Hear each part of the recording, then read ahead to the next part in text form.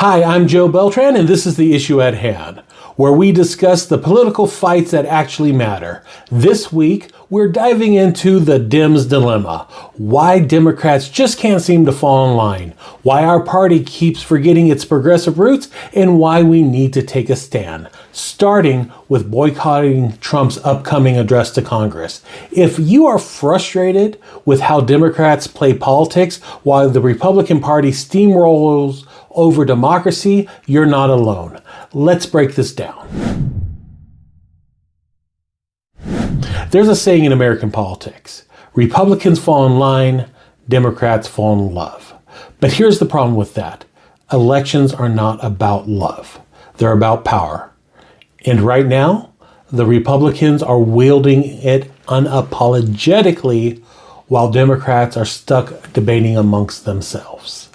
So why is it that the GOP picks a leader, even a criminally indicted, twice impeached one, and they all march in lockstep, while Democrats struggle to get on the same page? In my opinion, there are two major reasons. The first one is the left's purity test. We've all seen it on social media, in the primaries, during the general election. If a Democrat isn't progressive enough, they immediately are branded a corporate sellout, a neoliberal shill, or worse. Look, I get it. We want politicians who actually fight for real change. But at some point we have to ask, is tearing each other apart over ideological purity making us stronger, or just letting Republicans win? It isn't about abandoning principles. It's about understanding that power in politics is built through coalitions. Even if we keep tearing down every Democrat who isn't a perfect leftist, we are handing the elections to a GOP on a silver platter. I always say choosing a candidate is like picking a bus. You pick the one that will get you closest to your destination. The second reason, though, the party doesn't give us a reason to fight. It's not just about unity, it's about vision. The Democratic Party used to stand for bold, transformative change. FDR's New Deal, LBJ's Great Society, the creation of Social Security and Medicare. These weren't small incremental changes. These reshaped the country. But today, too often, the party operates in defensive mode. Vote blue no matter who. We're not as bad as the GOP. We have to protect democracy. Don't get me wrong. Democracy is worth fighting for, but people don't get excited about voting against something. They want to vote for something. When was the last time the National Democrats made a big push for something transformative? Something like Medicare for all, universal child care, the Green New Deal. It had to be back when we passed the ACA. But now, instead, we're told those ideas are too radical. Meanwhile, the GOP is actively dismantling democracy, banning books, and rolling back human rights. For decades, Democratic strategists have operated under the assumption if the Republicans go too far, they will naturally collapse under their own extremism. The idea is that voters will eventually wake up and reject GOP overreach and turn back to Democrats without us having to do much. That is dangerously passive and a historically incorrect strategy. Let's take the most obvious example, Donald Trump. When he left office in 2021, his approval rating was abysmal. It was hovering around 34%, the lowest of any modern history at the end of their first term, any modern president in history after the end of their first term. He had just overseen a disastrous pandemic relief response that led to hundreds of thousands of preventable deaths, a crashed economy. He incited an insurrection against the U.S. government. By every logical standard, this should have been the end of his political career. But here we are in 2025, and he is back in the White House, this time with even a stronger grip on power.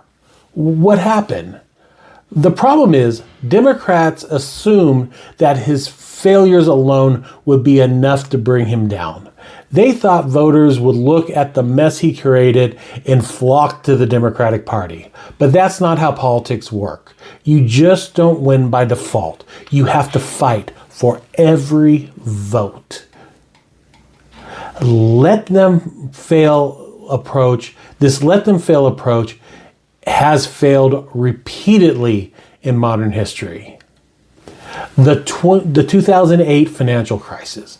The Republicans wrecked the economy under Bush, and Obama won in a landslide. But instead of aggressively pushing a progressive economic policies, the Democrats played it safe. They bailed out Wall Street and didn't prosecute a single banker. By 2010, the Tea Party had taken over Congress, and the GOP was back on the offensive. 2016, the Trump shock. Democrats assumed that Trump's extremist rhetoric and scandals would be enough to tank him. They believed voters would be so repulsed that Hillary Clinton would win easily. They thought that so much that she didn't even campaign in the Rust Belt states. Instead, Trump excited his base, flipped the Rust Belt, and won the Electoral College. The 2020 COVID election. Democrats won, but not by the landslide they expected. Trump had completely mismanaged a once-in-a-century pandemic, and yet despite 400,000 Americans dead and the economy in shambles, he got more votes than he did in 2016. Why? Because the Republicans still showed up, while Democrats spent too much time trying to appeal to moderate conservatives instead of energizing their own base. 2022 and 2024, the red wave that almost happened. In 2022, Democrats barely held off the red wave in the midterm, despite extremist candidates like Herschel Walker, despite the end of Roe versus Wade, despite their obsession with election denial. And by 2024, the Democrats ran a weak campaign, assuming that Trump's legal troubles and unpopularity would sink him. Instead, he came back with an even larger base. The lesson here, just waiting for Republicans to destroy themselves is not a strategy. It is a cop-out. So why do Republicans still win election, even when they're clearly making life worse for the American people? One, they give their base something to fight for. Republicans don't just run against Democrats, they run for something. Their policies may be harmful and regressive, but they tell their voters, we will fight for you. Democrats, on the other hand, often run on fear. Vote for us or Republicans will ruin everything. Fear might work in the short term, but to inspire long-term wins, you have to inspire people. Two, they control the narrative. Republicans are the masters at shaping public perception. Even when the economic crash, and it's their fault, they convince the voters that the Democrats are to blame. They turn failure into a rallying cry. The economy is bad, it's because of liberal policies. Crime is rising, it's because the Democrats defunded the police. Democrats need to do a better job at countering these lies and setting their own agenda. Number three, they use their power without hesitation. When Republicans gain power, they use it. They don't hesitate. They don't worry about bipartisanship. They ram their agenda through, change the rules, and stack the courts. Meanwhile, Democrats get in power and they immediately start talking about what they can't do because of norms or institutional limits. Voters see that and lose confidence. So if waiting for Republicans to fail don't work, what should Democrats do? Well, one, they should stop playing defense. Go on the attack. Instead of just reacting to Republican scandals, Democrats should aggressively push a positive vision, expanding healthcare, strengthening workers' rights, protecting democracy, and fighting for climate action. We need to make the case why progressive policies actually make people's lives better. Secondly, take bold, unapologetic stance. Nobody gets excited to vote for a party that tiptoes around the issues. Democrats need to be clear and bold in their positions. Protect abortion rights, raise the minimum wage, fight corporate greed, and expand voting rights. Stop worrying about offending swing state voters who are not going to vote for us anyway. 3, hold Republicans accountable loudly. The GOP gets away with everything because the Democrats let them. Next time a Republican gets caught in a scandal or pushes an extremist policy, Democrats should hammer them on it every single day. Use hearings, use the media, use social media. Don't let them control the narrative. 4th, stop chasing moderate Republicans. Democrats waste so much time trying to win over reasonable conservatives. But let's be real. If someone is still voting Republican now, after everything that has happened, they are not going to flip blue. Instead of watering down our policies to appeal to them, Democrats should mobilize younger voters, working class voters, and progressive voters who will show up if they believe the party is actually fighting for them. The bottom line is hoping Republicans collapse under their own failure is not a strategy. It is time to stop wasting, stop playing defense, stop wasting our time, and stop waiting for this to happen. Start acting like a party that actually wants to win. Every time Democrats lose, the same tired advice comes out. We need to move to the center. But here's the truth. That strategy has been failing us for decades. Robert Reich has a great video about this. He put it out last week. The link's in my link tree if you want to check it out. I strongly recommend you do. But every time Democrats shift to the so-called center, the entire political spectrum moves to the right. What used to be a center-left policies like universal health care or strong labor unions or tuition-free colleges are now dismissed as too extreme. Meanwhile, the GOP has gone full authoritarian, yet Democrats still act like they're dealing with normal political party on the other side. We saw this in the last election. Democratic leadership was more focused on moderate Republicans and trying to get them to vote for Harris than mobilizing the progressive base. And where did that get us? A party too scared to stand for anything while the GOP steamrolls ahead with their extremist agenda. The Democratic Party wasn't always this cautious. We used to fight for big structural changes. FDR did not win 4 terms by telling voters, well, we're slightly better than Hoover. He gave them a vision, the New Deal. We built Social Security, ensuring economic stability for retirees. Medicare and Medicaid, giving millions access to health care. The Civil Rights Acts, ending legal segregation. These policies were not just good policies, but they are moral imperatives. Today, we need the same level of bold leadership. The Democrats have to stop playing defense and start fighting for real solutions, expanding healthcare, raising wages, protecting reproductive rights, and tackling climate change head on. Now let's talk about the upcoming State of the Union of Donald Trump. I believe it's this coming Tuesday. Here's my challenge to every Democratic politician. Do not attend. Boycott it. The Republicans didn't just obstruct Joe Biden's presidency. They actively worked to overturn the 2020 election. They backed a coup attempt. They are not a normal opposition party. They are an authoritarian movement.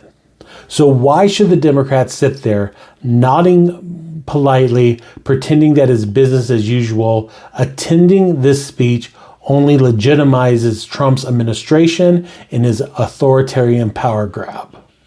It sends a message that Democrats are still playing by the old rules while the GOP shreds the rule book. What would a boycott do? Well, it would make headlines. Instead of Trump controlling the narrative, the story becomes about the Democratic resistance. It sends a message. The Democratic Party will not normalize an authoritarian regime. It energizes the base. A bold stance shows voters that we are actually willing to fight. This is not a time for civility in politics. It is time to take a stand. One of the biggest problems with the Democratic Party right now is the leadership. Let's be blunt. Our current leaders, Hakeem Jeffries, Chuck Schumer, even Nancy Pelosi, are not inspiring. They're not fighting hard enough. And worst of all, they are not doing anything to obstruct Trump's authoritarian agenda. While the Republican Party is openly dismantling democracy, what is Democratic leadership doing? Sending out strongly worded tweets? Giving speeches about respecting institutions. Meanwhile, Trump and his allies are bulldozing through every norm, and the Democrats are still acting like it's a friendly debate on the Senate floor. Where's the fight? Look how Republicans behave when they're in power. They push their agenda relentlessly, no matter how unpopular it is. They don't care about bipartisanship or playing fair. When they controlled Congress under Obama, they obstructed everything. They held up Supreme Court nominees. They blocked bills. They even shut down the government. And what did that get them? Well, it got them power. Now look at the Democrats. What have they done since Trump got in office? What have they done to stop Trump's agenda? Where is the coordinated obstruction? Where is the aggressive investigations? Why are they attending the State of the Union instead of boycotting it? Every time the GOP regains control, they act like the majority, while the Democrats behave like they've already been defeated. Enough is enough. If Democratic leadership isn't going to fight, they need to step aside for people who will. The old guard needs to go. Chuck Schumer, Nancy Pelosi has been in leadership for years, and Hakeem Jeffries is following their same playbook. And under their watch, Democrats have consistently failed to meet the moment. They are comfortable with the old ways of doing things, cutting deals, making backroom agreements, assuming that playing by the rules will somehow protect democracy. But here's the reality. Those rules are gone. The Republican Party burned that rule book a long time ago, and yet the current Democratic leadership acts like everything is normal.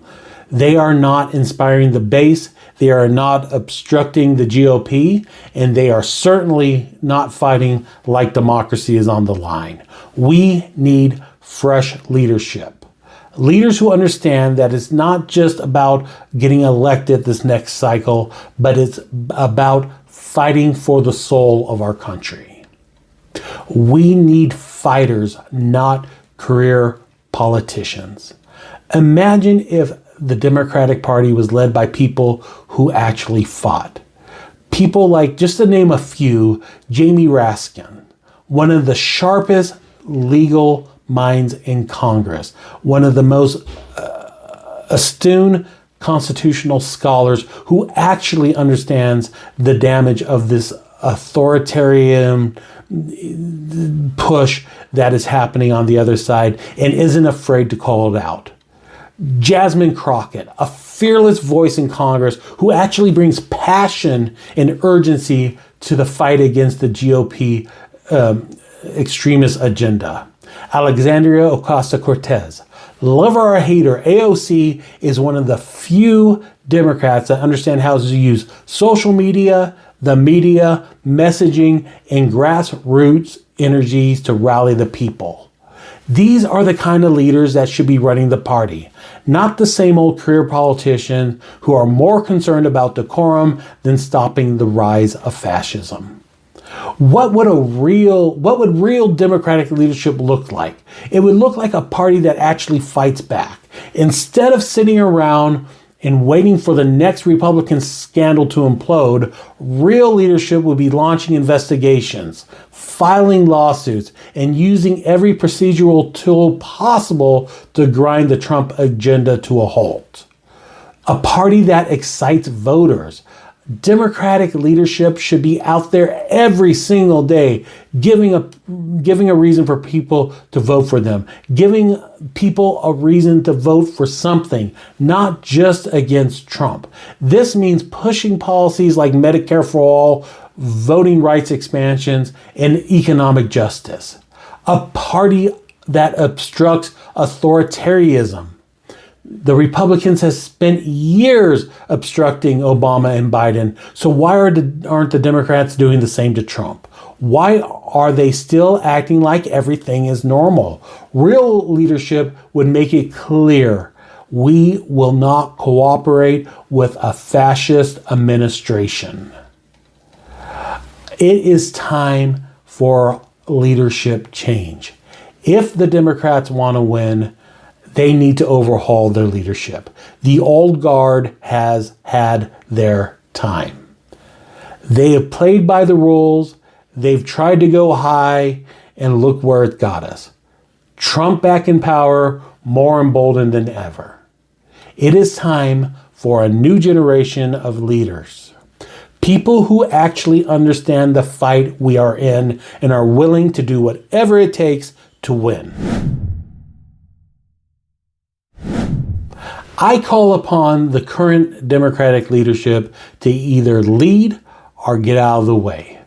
Something needs to be done, and it needs to be done quickly before our democracy is lost forever. We need to stop playing by the rules the GOP abandoned years ago. Democrats have the numbers, the policy, and the moral high ground. But that means nothing if we don't start acting like a party that's ready to fight. So here's my question to you. Should Democrats boycott Trump's State of the Union address? Should we finally embrace bold leadership that our party was built upon? Let me know in the comments, and let's keep this discussion going.